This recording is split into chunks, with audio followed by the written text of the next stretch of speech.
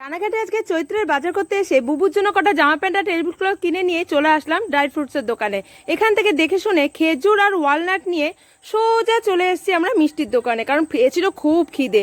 আর বুবুর পছন্দ মতো এখানে মিষ্টি নিয়ে দিয়ে দিয়েছি ওকে। বুবু দেখো কি সুন্দরভাবে মিষ্টি খাচ্ছে বসে বসে। ও যে এত ভালো মিষ্টি খায় মানে বলার বাইরে। কখনো খাবে আবার কখনো খাবেও না, ওর মুডের ওপর ব্যাপার, বাচ্চা মানুষ বোঝোই তো। তারপরে চলে এসেছি আমরা সানগ্লাস কিনতে। তো এখানে দেখে শুনে বুবু আর আমি দুজনেই কিনে নিলাম সানগ্লাস। আর তারপরে যা গরম পড়েছে সোজা চলে এসেছি আবার লস্যির দোকানে, কারণ লস্যি না খেয়ে ঠান্ডা ঠান্ডা না খেয়ে আর থাকতে পারছি না।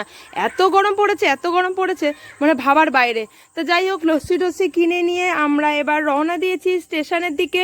আর বুবু দেখো এই মধ্যে মানে রাত্রেবেলার মধ্যেও পড়ে আছে দেখো সানগ্লাসটা, মানে এত পাগল ছেলে। যেহেতু নতুন নতুন কিনেছে এখন এই রাত্রেবেলাতেও সানগ্লাস পরে ঘুরছে, মানে পাগল ছাড়া আর কি বলবে বলো। তো যাই হোক, এরপরে আমরা কিনে নিলাম ছোলা সিদ্ধ। বসে বসে ছোলা খেতে খেতে চললাম আমরা বাড়ি। টাটা।